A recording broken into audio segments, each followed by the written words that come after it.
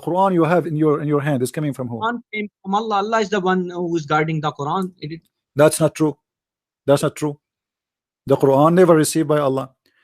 If you open the Quran right now in front of you, you will see it says in page number A that this Quran is according to recitation of all the way to Muhammad and then to Jibreel. Okay, now all those names, the 8 or 9 names in the beginning until we arrive to Muhammad, including Hafs and Asim. Hafs accused by Muslim to be a fraud and a thief. Asim accused to be a fraud and a thief and a liar.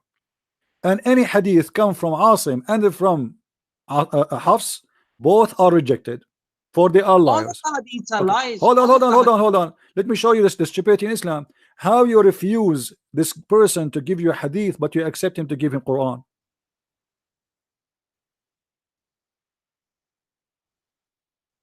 I don't get it. This Hafs is accused by Muslim to be a fraud. You are reading the Quran right now. The Quran you have is according to the recitation of Hafs.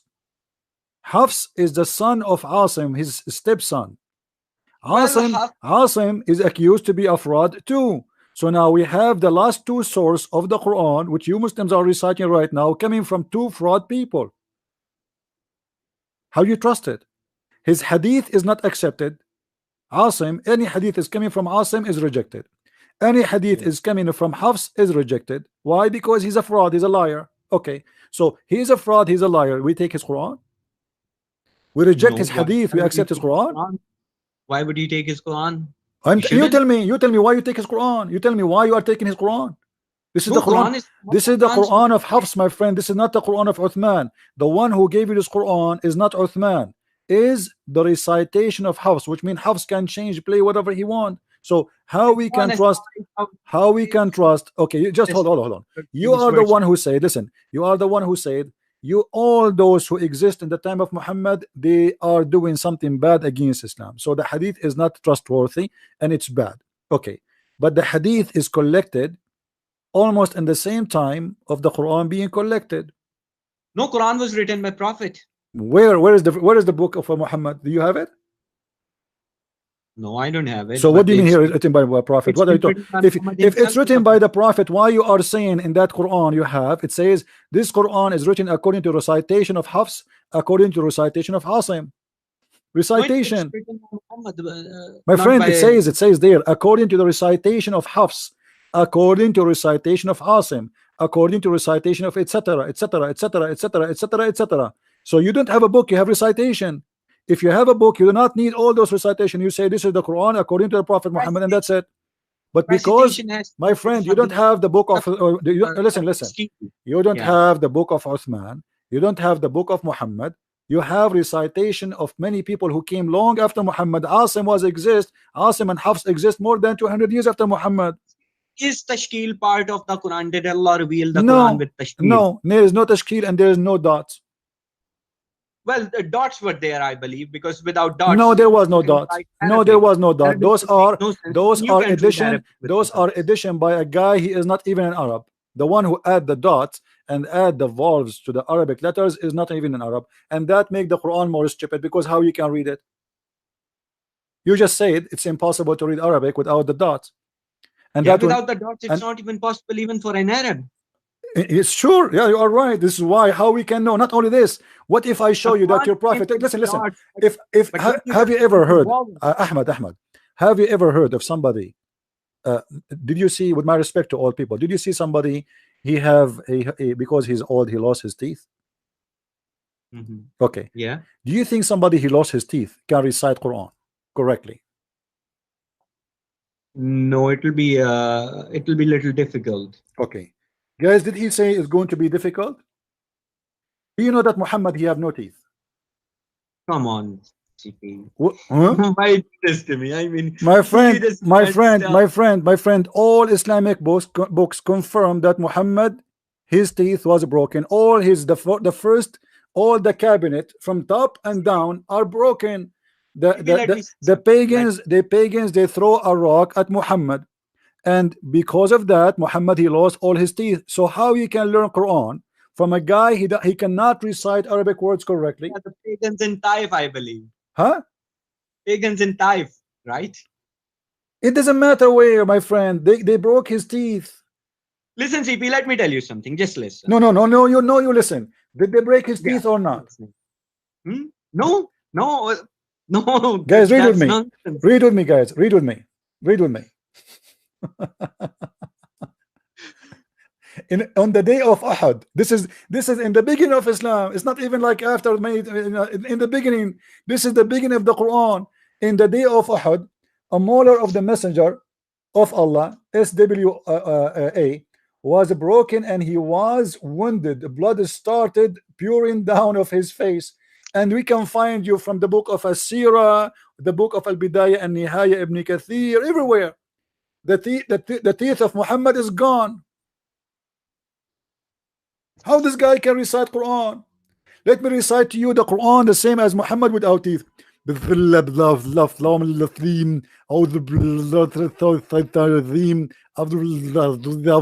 you can do the Quran? CP, can I say something? No, you tell me, be honest with me. How somebody he lost all his teeth, he can give you Quran of Allah? Why Allah at least give? How come Allah did not protect his teeth? I mean, there was, you are the one who said, look, listen, there was no dots. There was no dots. There was no dots. My friend, sometime your voice goes. I don't hear you. Your voice is getting from my side. I'm not sure why. I don't understand you. You know, in Islam, the Arabic has no dots, have no vowels, and we have a prophet, he lost all his teeth. How in the world you Muslim can understand what he's saying? I have hard time to understand Zakir Naik, who have full teeth. How we can understand the prophet? He's reciting a language, reciting the words of God, but yet he have no teeth. CP, the non-Muslims infiltrated Islam and invented hadiths and history. It's all a lie. My friend, all of Islam is a lie. I agree with you. I mean, who? Okay, by saying that, look, Ahmad, by saying that, you told me in the text you pray 5 times, correct? Yeah. Okay, where in the Quran it says you pray 5 times? Which salah is missing? My friend, do you think Maghrib is missing? Where in the Quran? Where in the Quran it says you pray 5 times? It doesn't say anywhere. It doesn't even. So why you are praying? So why you are praying 5 times? Because it mentions in various timings that at this time you have to pray. Where it's mentioned? Where it's mentioned? Where? Like, let me give you a surah. It's 1778. Okay. What 1778 says? Go. It gives you even how long your salah should be. My friend, just tell me. Maghrib salah it speaks of. The Maghrib, which you think is missing from the 5. Okay. Yeah, which is extra. Okay, show me now. I'm waiting for you to show me where in the Quran it says. 1778. Should I read it to you? Read it for me. Yeah, go ahead. Establish salah at the decline of the sun until the darkness of the night, and also the Quran of dawn. Indeed, the recitation of the dawn. Okay, how many times? Okay, how many times based on this verse? Nowhere. It doesn't say even 1 time. It says from decline of the sun until the darkness. That's not a time. That's not a time. Okay, from the time you wake up to the time you sleep, Muslim, you pray all day long. Tell me how. Where in the Quran, my friend? Let me teach you. Let me teach you your religion. You do not know. In your religion, the Quran says clearly that you pray only 3 times. Read with me carefully. Yeah. This is your Quran. And this is not my. You can give me your own translation as you wish. Which translation you like? You can go with Sahih International since it's easy. Okay. وَأَقِمِ الصَّلَاةِ طَرَفَيَ النَّهَارِ وَزُلْفَى مِنَ اللَّيْلِ. Chapter 11, 114. Read for me the translation you wish. Sorry, I don't see the translation on the screen. No, you read for me. In this website, they have only 4. They have Yusuf Ali Shakir, Biktal, Muhsan. You choose. Which one is it? Chapter, which one? Huh? Which chapter? 11, 114. 11, 114. Okay. Okay, it says, and establish prayer at the 2 ends of the day and at the approach of the night. Indeed, good deeds do away with misdeeds. This is a reminder for how many times those will make? the two end of the day and the approach of the night? How many times they will make? Huh? 3. Okay, thank you. So it's 3 times. Then what about 17, 18, where it says, doesn't say. It's the one you choose for me. It doesn't say anything. There's nowhere in the Quran. My friend. Are you saying to me in the Quran one verse saying 5 and one verse saying 3? Okay, what do you think about Surah Al-Mudassar? Yeah, my friend. No, let us make it clear. Are you saying there's verses in the Quran saying 5 times and there's verses in the Quran saying you pray 3? What do you think about chapter Al-Mudassar? Don't tell me don't think. Answer the question. Are you trying to say to me, to prove to me, that a verse in the Quran say you should pray 3 times, other verse saying you should pray 5 times? Either you say yes or you say no, it's 3. Well, if you calculate how many Don't tell me, well, here we go back. Well, if you calculate, you give me the answer. Are you trying to say to me one verse in the Quran says, you just admitted that this verse it says it 3 times, everybody heard you now, and you are trying to quote for me other verses. Now, is the other verses will help you to prove to me that you should pray 5 times? Yes, this is what you are trying to do. So now we can come to a conclusion that your Quran is a book of contradiction. One verse it says confirming that it's 3 times you pray, and other verses saying you pray 5 times. And then there's a 6th time as well if you read Surah Al-Mudassar. My friend, so give me a conclusion. Is this verse is wrong? No, the verses are correct. Okay, is the other verses right?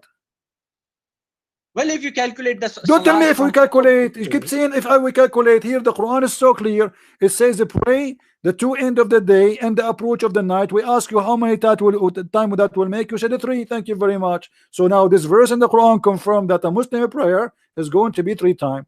Thank you. Now the other verses you quote for me, you keep saying 5 and 6. Maybe we'll get 7. So now is this verse is the one we should follow, or the verses you are saying they are making it even 6? We should follow all the verses. All right. If we now, combine all of them, we get I 6. challenge you in front of everybody to show me one verse says you pray 5 times. If you show me that, I will apologize from you. There is no verse. Thank you very much. There's no verse says you pray 5 times. So why you pray 5 times? Because the Quran gives timings. The Quran does not give timing. As you see, you just told me it between this Abdul, listen, it is between this time to this time, and it is a 3 times. I asked you what does verse mean to you. You are the one who said to me it means 3 times, correct? According to the verse, it says 3 times. All right, thank you very much. So it cannot be more than 3 times as long it's clear. It says it is 3 times. It cannot be other options. That's it. Okay, you want me to overlook rest of the Quran just because my friend, look what we are doing. Look what we are doing. I asked you about the muta. You said the muta is not true. Yeah. All the Muslim understood that this verse is about the muta, and the hadith confirmed that. I asked you about how many times you pray in the Quran. You said this is not true.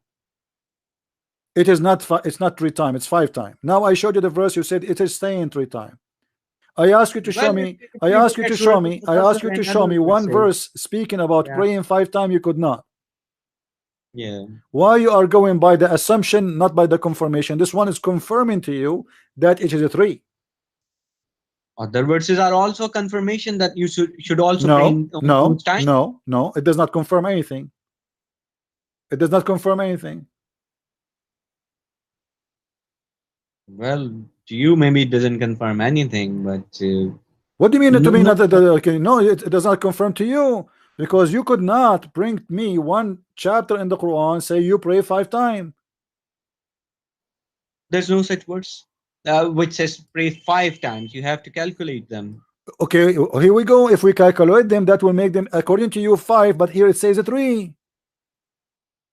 Yeah, but what if you calculate Surah Al-Mudassar as well? My friend, let us say for the sake of argument, we calculate all of them and we come to a conclusion that Allah, He said pray 100 times. What we will do with this verse saying that you pray 3 times only? What we will do with this? Well, the verse is just incomplete without rest of the Quran. My friend, what complete? Here is saying you pray the 2 end of the day and the approach of the night. Is simple, it's clear. What should I do with another verse that's giving me some other timing? What should I do with that verse? That means there is a contradiction. If there is why not combine them? If there is any, but I don't see in any verse where it says any contradiction with this. I think they are the same. Where is the verses saying that you pray 5 times? You could not find it, because even if you calculate them, it doesn't say 5 times. It's 3 times.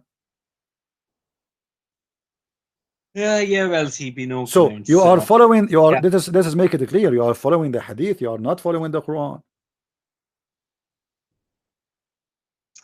Let me ask you, Yeah, what is the practice a Muslim should not practice which is coming from the hadith?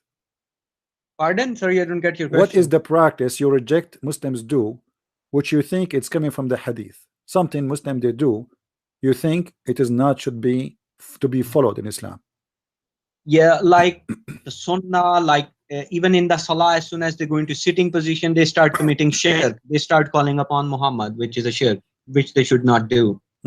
What they do when they pray? What they say? As soon as they sit in the salah, they say At-tahiyatu lillahi wa salawatu wa tayyibatu. That's fine. Assalamu alayka ayyuhan nabiyyu. That means salam to you, Prophet. Okay, and that's shirk. That's it. So if you say Assalamu alayka ayyuhan nabi, this is shirk. Yeah, Assalamu alayka ayyuhan nabi. Why? So okay, hold on. If Allah himself he pray on Muhammad and he salute Muhammad, so why that is shirk? Well, Allah is not doing shirk. Allah can say that because the prophets are alive in heaven, Allah is in contact with them, and secondly, Prophet was alive. What do you mean? What do you mean, my friend?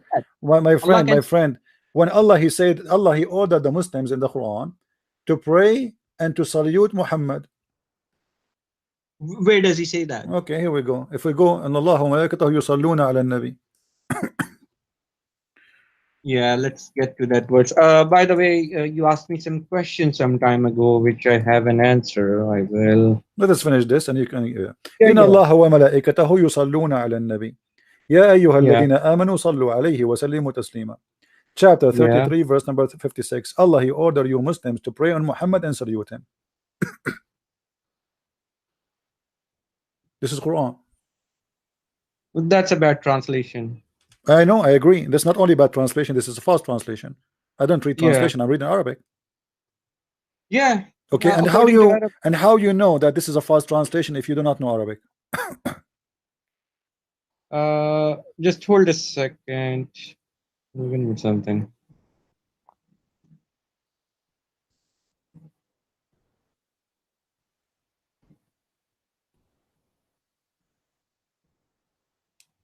Okay, I'll translate the verse for you. It's okay, go 36, right? Let me get the Arabic for you.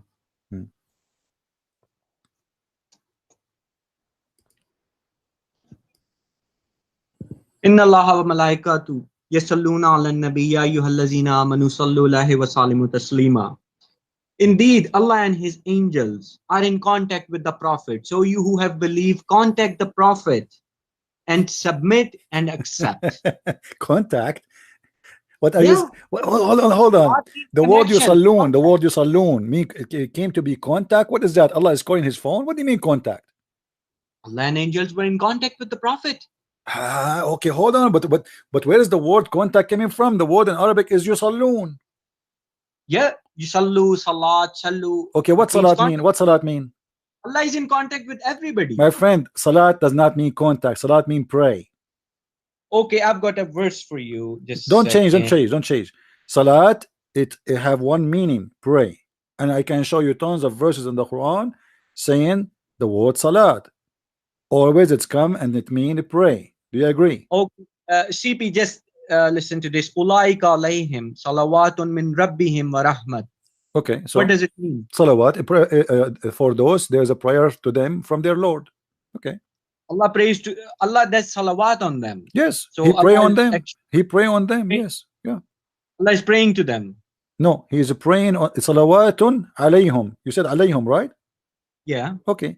So yeah, alayhim salawatun. Yeah, alayhim, which means there's a prayer on them, which means Allah he prayed, like the same one, Christians, like if you see Christians, they pray like he put his hand over your shoulder or over your head and he pray for you, so he pray on you. So Allah he put his hand on you and he pray on you. How Allah he pray? How Allah he pray? How Allah he pray if he is God? It means Allah is in contact with them. My friend, contact with them what? It says yusalli. Salat, the word salat means pray. And you are the one who said the translation is false. Ya ayyuha alladhina amanu. Hold on. Okay. Let me ask you. Yeah. Is the Quran was made for a certain time or for all time? All time. All time. So you just said to me in the beginning, when you said that they are doing shirk when they say the salute to Muhammad, that how they can do that if Muhammad is dead, correct? Yeah. Okay. When Allah he said to you in this chapter, Ya ayyuha alladhina amanu sallu alayhi wa sallimu taslima, all those who you believe, I will go with your translation, contact him and salute him. Yeah. And you just said the Quran is for all time. Muhammad now is dead. How you can contact him and salute him? Huh? The Prophet is dead now. You are the one who said, I asked you a second ago, is the Quran for all time or only for this time? You said for all time, remember? I will answer you. Just let me say something. Allah also says in the Quran, when you go consult the Prophet, present him with charity, present him with something. Even if you don't, Allah has forgiven you. So what about that verse? How do I present Prophet? It's very simple. Your prophet is a thief. He is forcing you to pay him before you meet him. Whatever the reason is, how can I pay him now according to the verse? No, you cannot pay him now. You cannot pay him now. But Muhammad, he made that verse to use you at that time. You see, if Muhammad came back to life, he would be happy now to take money from you, no problem. But Muhammad at that time, this is the proof that Muhammad is a fabricator. Because why you need to pay a prophet of God to meet him in private? Because he was doing God's work all the time. He was busy. He could not earn. My friend, I'm busy too. I'm busy too. Did you pay me to talk to me? And Allah says, Allah. My friend, hold on. Did you pay me? Did you pay me? My name is a Christian prince. Did you pay me to speak to me? No. Okay. Why I am not a prophet of God? I still do my service for free. Muhammad is a prophet for God. He need to be paid in order to speak to you. It's not necessary. What necessarily? No, it says you should do that. If you don't do that, okay, may Allah forgive you. He's made him feel that guilty to the point, okay, it's like you need to be forgiven now because you did not give me money, and you are the one who said that. Why somebody, in order to speak to a prophet, did Jesus get paid? No. Okay. Just hold a second. Okay. So why Muhammad is asking for payment? No, he's not asking for payment. It's Allah. Allah. Why Allah? He is saying such a thing. I mean, what is the connection between guidance and asking? No, my friend. Allah. There's no way God will do that, because God in the Quran in chapter 36 verse number 21 says, "Ittabi'u man la yas'alukum ajra wa humul muhtadun." Chapter 36 verse number 21 it says, "Follow thee who ask you not for wages." The Quran says that. The Quran. Do you know he's talking about what? He's talking about the apostle of Jesus, specifically Paul and Peter and John, according to the Muslims. So Allah saying, follow those, obey those, follow those who ask no reward of you. Muhammad's not asking for a reward. No, you have to pay him. He's asking. You have to pay him, my friend. What Muhammad will do with the money? I mean, hold on. If I say to a person, go and make donation for the poor, you do not need to give me the money. Give it to the poor. Is Muhammad homeless? Is Muhammad homeless? Is Muhammad homeless? My friend, it's so clear. You are the one who quote the verse for me. You need to give him something before you meet him, which means it's in return. For a service. So this was a payment for him. And Allah also says, if you do not pay, that's fine. Allah has already forgiven you. So what do you mean it's not fine? You made them feel guilty now. He is saying to them, well, you know what? If you don't pay me, may Allah forgive you. You are making people feel guilty, so nobody will come to his house without bringing some zucchini with him. Well, if Muhammad, he wouldn't have said that. My friend, why even Muhammad? Why Allah even is saying that to Muhammad? Muhammad, he will take the fifth from every attack. Muhammad will take the booty, the best of the booty.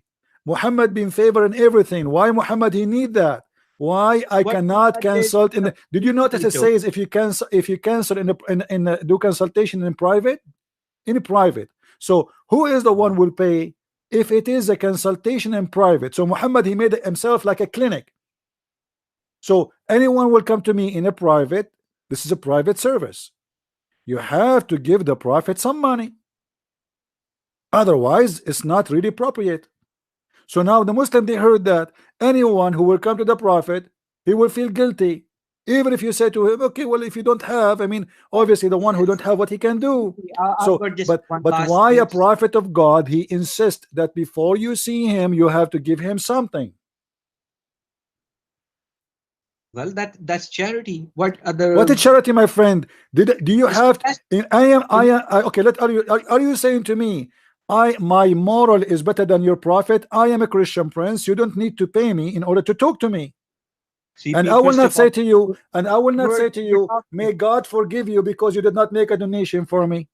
I will not say that to you because this is an insult. I am humiliating you because you did not give me a donation. So you call me, you say to me, I say to you, did you give me donation? You say no. We say, okay, you know what? God, he says, oh, you believe before you consult with a Christian prince, give him a donation. But if you don't, Allah may Allah forgive you. This is humiliating for you. I don't have money. Why you are mentioning that? A person who serves God, he should not ask for return. People, they do that voluntarily. You see, here we go. I am here sitting for how many hours? I have a donation. People, they make donation, but if they want, I don't keep saying, hey guys, I will not do if you don't donate for me. I will not talk to you if you don't donate for me.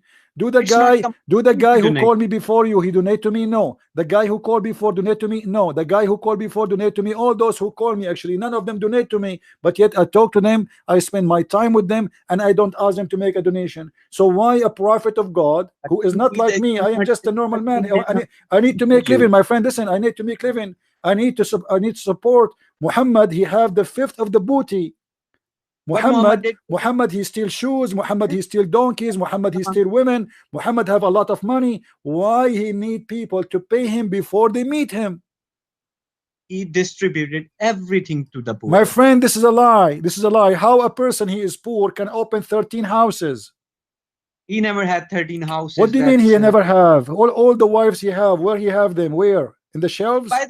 By the way, CP, this discussion is never ending. I've got something to say. You asked me a question once that why is Allah misleading you? Because it's all up to Allah. Allah decides whom he guides, whom he misguides. Am I right? Okay. So your question was why? The answer is from the Quran. I'll just give this answer, then I'll have to go. If you look at chapter number 8, verse number 23. Number 8, 23. Okay. Yeah. What? Tell me what? That's the answer I would like you to read. I don't see an answer there.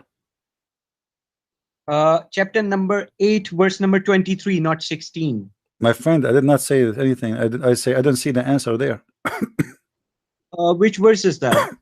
They have made their oaths a screen. No, chapter number 8. I'm not opening the verse yet. You said chapter number 8, verse number 23. I understand. Yeah. But I don't see the answer there. Where is the answer? I'll read it to you. Had Allah known any good in them, he would have made them here. And if he had made them here, they would still have turned away while they were refusing. So that means Allah knows no good in them whom Allah misleads. Let me give you the answer from your Quran. Show you how stupid your Quran. I'm not insulting, but listen to me carefully.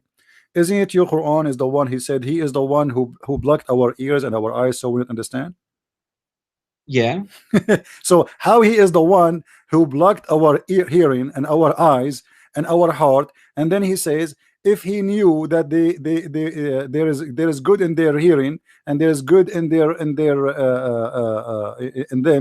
then I will I will help. But he لو علم فيهم, if he knew they have any good on them. Allah knows no khair in them. Allah knows no good in them. Okay, so but hold on. When your prophet, he said in the chapter of Al-Kafirun. Yeah. What he said in the Al-Kafirun? Qul ya ayyuhal kafirun. Okay. This verse, Muhammad, he said to who? It's a general verse. It's, no, okay, no problem. No. But when he said that, he said to who? Well, I don't believe that stuff. It's My just a friend, general no, word. you believe. Tell me, okay, give me an answer. Muhammad, when he spoke to the kafirun, who is the kafirun around him? The kafirs must be whoever the kafirs were. Who is the kafirun who was around Muhammad at that time? Is that the tribe of Quraysh? No, I think there's a surah about the Quraysh. The Quraysh converted. My friend, all the ones around Muhammad converted, and this is additional proof that Muhammad is a false prophet. He said to them, say I believe not in what you believe, and you will not believe in what I believe. But later all of them convert either by sword or you know, there's nobody left. All the Arabian Peninsula became Muslims. Yeah, they became Muslims. So the verse is a lie. How he said to them, you will not believe in what I believe, and I will not believe in what you believe. And then he says to them, okay, my friend, how he say that? If all the Arabian Peninsula became Muslims with no exception, not all of it, all of it. Muhammad, he did not leave anyone in the Arabian Peninsula is not a Muslim. No, that's not true. That is a big, my friend. Come on, listen. Give me a proof that in the Arabian Peninsula there was one person left Muslim after Muhammad became victorious. At least after before there are even places in Saudi Arabia where the non-Muslims live. There's zero. There is zero. There is no non-Muslim in Saudi Arabia. The one who they are there now, they are working workers, work visa as slaves. But those are not Saudi. There is not a single. My friend, don't lie. There is zero atheist, zero Christian, zero Jews, zero Hindus, zero Buddha, zero any religion beside Islam in Saudi Arabia. Don't lie. Well, it's a shame. Don't lie. My friend, don't lie. Well, how come you survive then in Middle East? Who told you I'm from Saudi Arabia? No, you're from Middle East. I am saying the Arabian Peninsula. Muhammad was not where I was living. I'm not. I never said I'm from Saudi Arabia. You have Christians in my friend, people who they are people of the book, they paid the jizya, but those are not from Arabian Peninsula, because Muhammad, he said, I am going to expel all the Christians, all the Jews from the Arabian Peninsula, and that's what he did. That's a hadith that was specially my friend, show me where one Christian, he is a Saudi, he lives in Saudi Arabia, show me one church in Saudi Arabia. Well, it's different now. What different now? I mean, don't tell me what different now. There's no churches. Muhammad, he destroyed everything. He killed everybody. He expelled everybody. Don't lie. Nice Muhammad is a fascist. Muhammad is a fascist man. He is a Nazi man. He's the same as a Hitler. He did not like the Jews. He killed the Jews. He did not like the Christian. He killed the Christians. And nobody left there except him. Now, show me here the verse in front of us. Oh, you reject faith, all of you. I worship not what you worship, nor you will worship what I worship. But all of them, Umar ibn Khattab, he became a Muslim. Khalid ibn Walid, he used to fight against Muhammad, he became a Muslim. So how Muhammad, he says to them, you will not believe in what I believe, and I will not believe in what you believe, and later they believe in what you believe. I believe it's just a general. It's a false prophecy. No, it's a false prophecy. No problem. I thank you for saying it's a general. It's a general. So when you say you will not believe, he's speaking all of them in general. You will not believe. But the Quran confirmed when the victory of Allah came, people they enter into religion of Islam by waves. So if he is saying the majority in general, because when you say in general, my friend, when you say in general, do you mean the majority will not believe or the minority will not believe? Well, someone's waiting for me. I have to go now. No. Answer me. When you say in general, do you mean the majority or the minority that will not believe? Majority, but the believers. The majority will believe. So when I say in general, when I say in general, the will not believe, I mean the minority. I never heard of this before. I thought always when you say in general, you mean the majority, and the minority is an exception. I don't think it's about majority or minority. No, it must be. Because when you are the one who used the word generally. When you say general, you mean the majority. It's a general word. Yes. When I say general, I'm speaking to the population, all the population. So in the population, maybe there's some people they have exception. As an example, I say everybody have to pay tax for sure, except the foreigner. Okay. Maybe we can discuss tax next time. I've got to go because someone's waiting. It was nice speaking to you. My friend, no problem. You are welcome to call anytime. Okay. No.